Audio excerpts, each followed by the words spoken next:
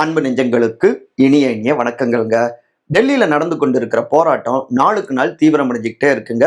சிஜேபிக்கு ஆதரவாக பல்வேறு மாநிலங்கள்லயும் இளைஞர் பட்டாளம் ஆதரவு தெரிவிச்சிட்டு இருக்காங்க. நம்முடைய தமிழ்நாட்டிலும் கூட நிறைய போராட்டங்களும் நடந்துட்டு இருக்குங்க.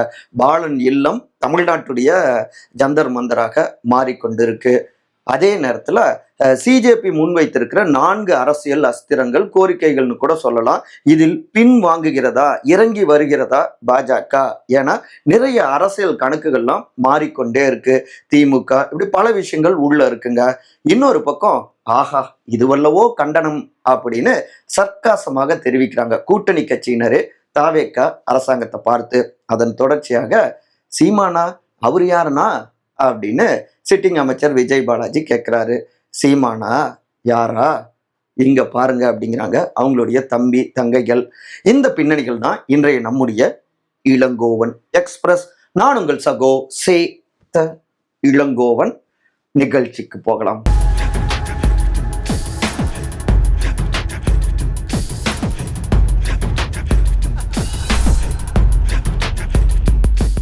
காக்ரோச் அட்டாக் 4 அஸ்திரங்கள் இறங்கி வருகிறதா பாஜக? நீட் வினாத்தால் கசிவு விவகாரம், இதற்கு எதிராக கடுமையான போராட்டங்களை முன்னெடுத்துக்கிட்டே இருக்காங்க சிஜேபி காக்ரோச் ஜனதா பார்ட்டி. கிட்டத்தட்ட 35 நாட்கள், முக்கியமா இந்த வாரத்துடைய முதல் நாள்ல இருந்து ஞாயிற்றுக்கிழமையில இருந்து டெல்லியில ஜந்தர் மந்தர்ல அவர்களுடைய போராட்டம் நாளுக்கு நாள் தீவிரமடைஞ்சுக்கிட்டே இருக்கு. நாடாளுமன்ற மழைக்கால கூட்டத்தொடர் தொடங்கி இருக்கிற இந்த நேரத்துல இது ஆளும் பாஜக அரசாங்கத்துக்கு பெரும் தலைவலியாக குடைச்சலாக மாறி இருக்கு. அதன் தொடர்ச்சியாக சிஜேபி போராட்டத்தை ஒடுக்கணும் அப்படின்னு இவங்க கண்ணீர் புகை வீச்சு, போலீஸ் தடியடி, ஒரு கட்டத்துல அந்த ஆணி வச்ச அந்த தத்திலாம் அடிச்சாங்க அப்படின்னு அந்த காட்சிகள்லாம் பதற வச்சுக்கிட்டு இருக்கு. இப்ப கொல்கத்தாவில இருந்து 20 கம்பெனி துணை ராணுவ படையினரும் அங்க டெல்லியில குவிக்கப்பட்டிருக்காங்க அப்படின்லாம் செய்திகள் வந்திருக்கு. தொடர்ந்து அடக்குமுறைகள் ஏவிக்கொண்டே இருக்காங்க பாஜக அரசாங்கம். ஆனாலும் நாங்கள் எங்களுடைய நியாயமான கோரிக்கைக்காக அற வழியில எங்களுடைய போராட்டம் தொடரும் அப்படின்னு சிஜேபியினர் தெரிவிக்கிறாங்க. ஆனா பிஜேபியுடைய ஆதரவாளர்கள் இல்லைங்க, போராட்டக்காரர்கள் தான் கல் வீசி காவலர்களை தாக்குறாங்க, அவங்க தான் வன்முறையில ஈடுபடுறாங்க அப்படின்னு இவங்க ஒரு பக்கம் பாஜக ஆதரவாளர்கள் அவர்களை குற்றம் சொல்றாங்க சிஜேபியினரை. ஆனா இல்ல, சிலர் ஊடுருவி வேணும்னே கெட்ட பேரை ஏற்படுத்துறாங்க, எங்களுக்கு பாஜக அரசாங்கத்தின் மீது சந்தேகம் இருக்கு அப்படின்னு சிஜேபி போராட்டத்துல இருக்கிறவங்க தெரிவிக்கிறாங்க. இதுல போராட்டத்துக்கு ஆதரவாக பல்வேறு அரசியல் கட்சி தலைவர்களும் திமுக உள்ளிட்ட பல்வேறு தலைவர்களும் நடிகர்கள் சமூக ஆர்வலர்கள் பலருமே நடிகர் நடிகைகள்லாம் ஆதரவு தெரிவிக்கிறாங்க. திரு பிரகாஷ் ராஜ் அவர் நேரில் போய் ஆதரவு தெரிவிச்சிருக்காரு. கேரளாவில் பல்வேறு நடிகர் நடிகைகள் இந்த அட்டாக்கை கண்டிச்சிருக்காங்க. நம்ம தமிழ்நாட்டில் கூட திரு பிரதீப் உள்ளிட்ட முக்கியமானவங்க நிறைய பேர் கண்டிச்சிருக்காங்க. ஆனா ரொம்ப எதிர்பார்க்கின்றவர்கள் தான் வேறொரு முக்கியமான வேலையில், அதாவது புது படத்துடைய ஒன் லாஸ்ட் டான்ஸ் அப்படின்னு அந்த படத்துடைய ரிலீஸ் வேலைகள் இருக்காங்களோ என்னமோ தெரியல. அங்கிருந்து காத்திரமான எந்த எதிர்வினைகளும் வரல. சரி, அது ஒரு பக்கம் இருக்கட்டும், நம்ம டெல்லிக்கே மறுபடியும் போவோம். அங்க இப்ப சிஜேபி ஒரு 4 முக்கியமான கோரிக்கைகளை இன்னும் உறுதியா இருந்துகிட்டு இருக்காங்க. முதலாவதாக நீட் வினாத்தால் கசிவு விவகாரத்தை ஒட்டி கல்வி அமைச்சர் திரு தர்மேந்திர பிரதான் அவர்கள் பதவி விலகணும். இரண்டாவதாக போராடி கொண்டிருக்கிற மாணவர்கள் மீது எந்த விதமான எஃப்ஐஆர் உள்ளிட்ட சட்ட நடவடிக்கைகள் கூடாது. மூன்றாவது, நீட் வினாத்தாள் கசிவு விவகாரத்துல உயிரிழந்த மாணவ குடும்பத்தினருக்கு 1 கோடி ரூபாய் நிவாரணம் கொடுக்கணும். நான்காவதாக உண்ணாவிரத போராட்டம் கல்வியாளர் திரு சோனம் வாங்ஷோ அவர்கிட்ட பேசி கைவிட வைக்கணும், அவருடைய கோரிக்கைகளை ஏத்துக்கணும் அப்படின்னு இந்த 4லும் உறுதியா இருக்காங்க. இன்னொரு பக்கம் எதிர்கட்சிகளும் கடும் குடைச்சல்களை கொடுக்கறாங்க. எதிர்கட்சி தலைவர் காங்கிரஸ் திரு ராகுல் காந்தி அவர் போராட்டம், பிரியங்கா காந்தி அவர்கள் அவங்களை கைது செஞ்ச விவகாரம், ஆனாலும் அவங்க கருப்பு ஆடை அணிந்து தொடர்ந்து அந்த போராட்டங்களை முன்னெடுத்துட்டு இருக்காங்க. மூக்குல அவருக்கு ரத்தம் வந்தது, இப்படி பல விஷயங்கள் இருக்குங்க, பரபரப்பா இருந்துகிட்டு இருக்கு. இந்த நிலையில இது சம்பந்தமாக பேச நாங்க தயாரா இருக்கோம், என்ன அப்படின்னு கலந்து ஆலோசனை செய்ய தயாரா இருக்கோம் அப்படின்னு சென்ட்ரல் மினிஸ்டர் தெரிவிச்சிருக்காங்க. அதே நேரத்தில் திரு ராகுல் காந்தி அவர் பேசுறப்ப கடந்த 10 ஆண்டுகள்ல கிட்டத்தட்ட 152 முறைக்கு மேலாக வினாத்தாள் கசிவு விவகாரம் வெடிச்சிருக்கு, ஆனாலும் குற்றவாளிகள் தண்டிக்கப்படவில்லை அப்படின்னு அட்டாக் பண்ணியிருக்காரு. இதுக்குதான் சென்ட்ரல் மினிஸ்டரான திரு ஜே.பி. நட்டா 150க்கு மேற்பட்ட முறையில இப்படி கசிவு விவகாரம் ஏற்பட்டிருக்கல வினாத்தாள், இது எல்லாமே காங்கிரஸ் அல்லது காங்கிரஸ் ஆதரவு பெற்ற மாநிலங்கள் ஆட்சி செய்த அல்லது ஆட்சி செய்யும் மாநிலங்கள் மாநிலங்கள்ல தான் நடந்திருக்கு, தமிழ்நாடு உள்ளிட்ட மாநிலங்கள்ல நடந்திருக்கு. இது சம்பந்தமா ஏன் பேசல அப்படின்னு பதில் அட்டாக் கொடுத்திருக்காருங்க. இந்த நிலையில தான் பிரதமர் திரு நரேந்திர மோடி தன்னுடைய எக்ஸ் பக்கத்துல நம்முடைய இளைஞர்களுடைய நலன் மற்றும் எதிர்காலத்தை விட முக்கியமானது வேற எதுவுமே கிடையாதுங்க. தேர்வு வினாத்தாள் கசிவு விவகாரத்துல தொடர்புடையவர்கள் விரைவான மற்றும் கடுமையான தண்டனை கிடைப்பதை உறுதி செய்வோம், விரைவு நீதிமன்றங்களை அமைக்க நாங்கள் முடிவு செய்துள்ளோம் அப்படின்னு அவரு உறுதி கொடுத்திருக்காருங்க. அதாவது பாஜக கொஞ்சம் இறங்கி வந்திருக்காங்க அப்படின்னு சொல்றாங்க. இன்னொரு பக்கம் இந்த போராட்டம் நாளுக்கு நாள் தீவிரம் அடைஞ்சா கல்வி அமைச்சரை ராஜினாமா செய்ய வைக்கலாமா அப்படின்லாம் ஒரு ஆலோசனை ஓடி இருக்கு அப்படின்னு சொல்றாங்க. ஆனா அப்படி ராஜினாமா செஞ்சா அது நம்ம இந்த தப்பை அக்செப்ட் பண்ணிட்ட மாதிரி ஆயிடும், டோட்டலா மைனஸ் ஆன மாதிரி ஆகிடும் அப்படின்னு இன்னொரு சாரார் தெரிவிச்சிருக்காங்க. அதே நேரத்துல பாஜக இன்றைக்கு பல்வேறு மசோதாக்களை கொண்டு வரணும் அப்படின்னு முயற்சி செஞ்சிட்டு இருக்காங்க. ஆனா அதற்கு பெரும்பான்மையான எம்பிக்களுடைய ஆதரவு வேணும். இப்ப பாஜகவுக்கு எடுத்துக்கிட்டோம்னா, இப்ப மக்களவையில 540 எம்பிக்கள் இருக்காங்கன்னா அதுல பாஜகவுக்கு ஒரு மசோதாவை நிறைவேற்ற 360 எம்பிக்களுடைய ஆதரவு வேணும். ஆனா பாஜக வசம் இருக்கக்கூடிய எம்பிக்கள் எண்ணிக்கை 319 தான். இதுல திமுக கிட்ட 22 எம்பிக்களும், சமாஜ்வாடி பார்ட்டி கிட்ட கிட்டத்தட்ட 37 எம்பிக்களும் இருக்காங்க. ஸோ இவங்களுடைய ஆதரவு கிடைச்சா கொஞ்சம் ஈஸியா இருக்கும், இல்ல வெளிநடப்பு செஞ்சாலும் கொஞ்சம் பாசிட்டிவா அமையும் அப்படின்லாம் சில கணக்குகள் பாஜக போட்டாங்க. இந்த சைட்லயும் அதுக்கேற்ற மாதிரி திமுக சைட்லயும் பார்த்தோம்னா, நாங்க தொகுதி மறுவரையறை விஷயத்துல அவங்க முதல்ல அந்த நகல் கொடுக்கட்டும், அதை பார்த்துட்டு எங்களுடைய முடிவை நாங்க தெரிவிப்போம் அப்படின்னு சொன்னாங்க. இதுக்கு முன்னாடி இறங்கி அட்டாக் பண்ணிட்டு இருந்தாங்க. ஸோ இவங்கெல்லாம் கொஞ்சம் சப்போர்ட்டா இருக்காங்க அப்படின்னு பாஜக கணக்கு போட்ட நேரத்துல இங்க சிஜேபியுடைய இந்த போராட்டம் நாளுக்கு நாள் தீவிரம் அடைஞ்சதும், குறிப்பா காங்கிரஸ் இதை தீவிரமா கையில் எடுத்து களமாடியதும் தவிர்க்கவே முடியாம திமுக உள்ளிட்ட பல்வேறு கட்சிகளும் வீரியமாக இந்த விஷயத்துல களத்துல இறங்க வேண்டிய தேவை ஏற்பட்டுருச்சு. அதுதான் முன்னாள் முதலமைச்சர் திமுகவுடைய தலைவர் திரு மு.க. ஸ்டாலின் அவரும் கூட, ஏங்க நாங்க நீட்டு நிரந்தரமா வேணாங்கிறதா இதுக்கு ஒரே தீர்வு, தொடர்ந்து அதற்கு எதிராக நாங்க களமாடுவோம் அப்படின்லாம் சொல்லியிருக்காரு. ஸோ தங்களுக்கு கிடைக்க வேண்டிய ஆதரவும் மறுபடியும் எதிர்ப்பாக மாறுற ஒரு சூழல். இந்த இடத்துல இந்த பிரச்சனையை அப்படியே கொண்டு போகாம கொஞ்சம் இறங்கி வரலாம் அப்படின்னும் பாஜக அணுகுமுறையை மாத்திருக்கு அப்படின்னும் டெல்லி வட்டாரங்கள் தகவல்களை தெரிவிக்குதுங்க.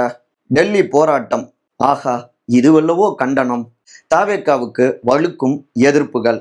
டெல்லியில சிஜேபியினர் போராடிட்டு இருக்காங்க இல்லையா, அவர்கள் மீதான பாஜக அரசாங்கத்துடைய அட்டாக்கு இதை நாடு முழுக்கவே பலருமே கண்டிச்சுக்கிட்டு இருக்காங்க. நம்முடைய தமிழ்நாட்டிலும் கூட பாலன் இல்லம் தமிழ்நாட்டுடைய ஜந்தர் மந்தராக மாறி இருக்கு. தொடர்ந்து ஆதரவு தெரிவிக்கிறாங்க சிஜேபிக்கு. இன்னொரு பக்கம் இந்த அட்டாக்கை கண்டிச்சு எஸ்எஃப்ஐ, டைஃபி உள்ளிட்ட இடதுசாரி இயக்கங்கள், மாணவ இயக்கங்கள் இவங்கெல்லாம் கடும் போராட்டங்களை முன்னெடுத்துட்டு இருக்காங்க. ஆனா நீட் எதிர்ப்பு கொள்கையா கொண்டிருக்கக்கூடிய தாவேக்கா இவங்களை கைது செய்யறாங்க. ஏங்க உங்களுடைய கூட்டணி கட்சியினர் தான் உங்க கொள்கையை தான் அவங்களும் போராட்ட வடிவத்துல வெளிப்படுத்துறாங்க, அவர்களையே நீங்க கைது செய்வீங்களா அப்படின்னு கூட்டணி கட்சியினரே கேட்கிறாங்க. ரெண்டாவது, அங்க டெல்லியில எதிர்கட்சி தலைவர் திரு ராகுல் காந்தி எந்த அளவுக்கு அந்த காட்சிகள், மூக்குல ரத்தம் வந்தது, எந்த அளவுக்கு அவர் போராடினாரு. ஆனா அவருக்கு ஆதரவாக பாஜக அரசாங்கத்தை கண்டிச்சு உடனடியாக வேகமாக வீரியமாக ஒரு அறிக்கை கூட தாவேக்கா சார்பா வரல. எப்ப நீங்க போராட்டத்துக்கு அமைச்சர்களையோ இல்ல உங்க கட்சியில இருக்கக்கூடிய முக்கியமானவர்களையோ அனுப்பி வைக்க போறீங்க? இப்பதான் ஜனநாயகன் படமும் ரிலீஸ் ஆயிடுச்சு, இனிமேலாவது அனுப்பி வைப்பீங்களா அப்படின்னு பல்வேறு கேள்விகளும் வந்துட்டு இருக்கு. இதெல்லாம் அவங்களுடைய காதுகள்லயும் விழுந்ததோ என்னவோ, ஜூலை 22ஆம் நாள் மாலை நேரத்துல ஒரு அறிக்கை வெளியிட்டு இருக்காங்க. அதுல முக்கியமான விஷயத்த மட்டும் சொல்றேன். நீட் தேர்வு குளறுபடிகளை எதிர்த்து டெல்லியில நடைபெற்ற அந்த இளைஞர்கள் போராட்டத்துக்கு ஆதரவாக களமிறங்கிய திரு ராகுல் காந்தி அவர்கள், அப்புறம் பல்வேறு தலைவர்கள் கைது செய்யப்பட்டிருக்காங்க. இது ஜனநாயகத்துக்கு எதிரானது. ஒன்றிய அரசின் இச்செயல்பாடுகள் கண்டிக்கத்தக்கவை. அதாவது இந்த அறிக்கையை எங்க தேடி பார்த்தாலும் பாஜக அரசாங்கம் அப்படின்னு ஒரு வார்த்தை கூட வரல. அதாவது இந்த அறிக்கையில எங்க தேடி பார்த்தாலும், பயாஸ்கோப் வச்சு பார்த்தாலும் பாஜக என்கிற வார்த்தை மட்டும் இல்லை. ஏங்க அதான் ஒன்றிய அரசாங்கம் அப்படின்னு நாங்கள் சொல்லியிருக்கோமே அப்படின்னு சொன்னா, அப்ப திமுக அரசாங்கத்துடைய தவறுகளை நீங்க சுட்டி காட்டுறப்ப முன்னாள் தமிழ்நாடு அரசாங்கம் அப்படின்னா சொல்றீங்க, முந்தைய திமுக ஆட்சி அப்படின்னு தானே அட்டாக் பண்றீங்க. அப்ப பாஜக அப்படின்னு சொல்ல மட்டும் ஏன் பயம் அப்படின்னு கேள்விகளை அடுக்குறாங்க. இதுதான் சான்ஸ்ன்னு குடைச்சல்களை கொடுக்குறாங்க திமுக உள்ளிட்ட எதிர்கட்சிகள். இனிமேலாவது முதலமைச்சர் திரு ஜோசப் விஜய் கிட்ட இருந்து வீரியமான காத்திரமான எதிர்வினைகள் வேணும் அப்படின்னு எதிர்பார்க்கிறாங்க கூட்டணி கட்சியினரே. சீமான்னா யாரா? இவரு தாங்க சீமா. முதல்ல படிங்க அமைச்சர் விஜய் பாலாஜி அவர்களே. சமீபத்துல சேலத்துல கெங்கவெள்ளியில நம்முடைய அண்ணல் அம்பேத்கர் அவர்களுடைய சிலை கால் மேல கால் போட்டிருக்கிற அந்த சிலையை திறக்கக்கூடாது அப்படின்னு சில சாதி இந்துக்களும் அவங்களுடைய ஆதரவாளர்களும் எதிர்ப்புகளை பதிவு செஞ்சிருந்தாங்க. இப்படி அண்ணல் அம்பேத்கர் அவர்களுடைய சிலையை திறக்காம இருக்கிறது தவறு அப்படின்னு கண்டிச்சு தன்னுடைய கருத்துக்களை வெளிப்படுத்தியிருந்தாரு நாம் தமிழர் கட்சியுடைய தலைமை ஒருங்கிணைப்பாளரான திரு சீமான்க. இதை ஒட்டி தான் கைத்தறித்துறை அமைச்சரான திரு விஜய் பாலாஜி கிட்ட கேள்விகளை செய்தியாளர்கள் முன்வைக்க, சீமானா யாருன்னா அவர் என்ன எம்எல்ஏவா எம்பியா, நான் பதில் சொல்ல அப்படிங்கிற ரீதியில சிரித்தபடியே ஒரு நையாண்டியா பேசிட்டு போனாரு. இதுதான் இன்னொரு பக்கம் நாத்தாக்காவினர் சமூக ஆர்வலர்கள் பலர்கிட்டையும் கொதிப்பை ஏற்படுத்தியிருக்கு. சீமானா யாருன்னு கேக்குறீங்க? நீங்க சூரா, வேட்டைக்காரன், குருவி அப்படின்னு ஃபயர் விட்டுட்டு இருந்த காலத்துல அவரு களத்துல இறங்கி ஈழத் தமிழர்களுக்காகவும் தமிழ்நாட்டு தமிழர்களுடைய உரிமைக்காகவும் போராடிக்கிட்டு இருந்தாரு. இன்னும் சொல்ல போனா பேச்சளவுல சினிமாவில் சில பல வசனங்களை மட்டும் நீங்க வச்சு பேசிட்டு இருந்த காலத்துல கூட அவரு ஈழத் தமிழர்களுக்காகவும் நம்முடைய தமிழ்நாட்டு உரிமைகளுக்காகவும் 2 முறை தேசிய பாதுகாப்பு சட்டத்துல கைது செய்யப்பட்டு சிறையில இருந்தாரு. அப்பொழுதும் தன்னுடைய போராட்ட குணத்தை அவரு நிறுத்திக்க கிடையாது. இப்ப கூட பிரச்சனைன்னா ஓடி போறவங்க நீங்க, ஆனா அந்த பிரச்சனையில போராட்ட களத்துல முன்னாடி இருக்கக்கூடியவர் அண்ணன் சீமான்க. அது மட்டும் இல்லாம இன்னைக்கு வேளாண்மைக்கு அடுத்தபடியாக மேற்கு மண்டலங்கள்ல அதிக அளவுல விசைத்தறி தொழிலாளர்கள் நெசவு தொழில் இருக்கு, அழிஞ்சுகிட்டு இருக்கு. அவங்களுடைய கூலி உயர்வு இல்லை, அவங்களுக்கான வாழ்க்கை உத்தரவாதம் இல்லை அப்படின்னு அவர்களுக்காக தொடர்ந்து களமாடிக்கிட்டு இருக்காரு. இன்னும் சொல்ல போனா விருதுநகர்ல அவர்களுக்காக ஒரு பிரம்மாண்டமான பொதுக்கூட்டம் நடத்தி நெசவாளர்களுடைய குரலை ஓங்கி ஒலித்தபடி இருக்காரு. பல்வேறு இயற்கை நலன் சார்ந்த மாநாடுகளை முன்னெடுக்கிறாரு. தமிழ்நாட்டுடைய நலன் சார்ந்து பல பிரச்சனைகளையும் தொடர்ந்து முன்னணி சக்தியா இருக்காரு. ஏன் மாங்கனி மாவட்டத்துல சேலத்துல வெளிநாட்டு நிறுவனத்துக்கு தண்ணீரை தாரவாத்து கொடுத்துட்டு இருக்கீங்க உங்களுடைய தாவேக அரசாங்கம். அதை கூட முதல்ல கண்டிச்சு எதிர்ப்புகளை பதிவு செஞ்சவர் அண்ணன் சீமான் தாங்க. அவரை பார்த்து யாருன்னா சீமான் அப்படின்னு கேக்குறீங்க? தெரியலனா உங்களுடைய தலைவர் முதலமைச்சர் திரு ச ஜோசப் விஜய் கிட்ட கேட்டு பாருங்க. ஏன்னா அவருதான் வீடு தேடி போய் அவருடைய சீமானுடைய வாழ்த்துக்களையும் வாங்கி பெற்றாரு முதலமைச்சர் ஆன உடனே. அப்புறம் எம்எல்ஏவா எம்பியா அப்படின்லாம் கேட்டிருக்கீங்க. ஏங்க எம்எல்ஏவா எம்பியா எதுவுமே இல்லாம தான் கேள்வி கேட்டு இன்னைக்கு அந்த பொறுப்புக்கும் நீங்க வந்திருக்கீங்க. அதிகாரம் பதவிங்கிறதெல்லாம் தோல்ல போட்டிருக்கிற துண்டு மாதிரி. சுயமரியாதை மானம் இது எல்லாமே நம்ம இடுப்புல கட்டி இருக்கிற வேட்டி மாதிரி. வேட்டி தான் நமக்கு முக்கியம் அப்படின்னு பேரறிஞர் அண்ணா அவரே தெரிவிச்சிருக்காரு. ஸோ அதை புரிஞ்சு நடந்துக்கோங்க அப்படின்னு காத்திரமாக பதிலடிகளை கொடுக்குறாங்க நாம் தமிழர் கட்சியினரும் பல்வேறு ஆதரவாளர்களும். நாமளும் அதே தான் சொல்றோம். ஒரு பத்திரிகையாளராக சீமான் அவர்களுடைய கருத்துக்கள்ல மாற்று கருத்துக்கள்லாம் நமக்கு இருந்திருக்கு. ஆனாலும் அவர் தொடர்ந்து மக்களுக்காக களமாடி கொண்டிருக்கிறவர். அவரை யாருங்க அப்படின்னு கேட்கறதெல்லாம் ஒரு அமைச்சருக்கு அழகல்ல. மற்றபடி இதே போன்ற அரசியல் சார்ந்த காணொலிகளுக்கான நம்முடைய உங்கள் சுக சேத்தலங்கம் சேனலை சப்ஸ்கிரைப் பண்ணுங்க. மறக்காம உங்களுடைய கருத்துக்களை கருத்துரை பகுதியில் பதிவு செய்யுங்க. அனைவரும் அன்பால் ஒருங்கிணைந்திருப்போம். நன்றி, வணக்கம்.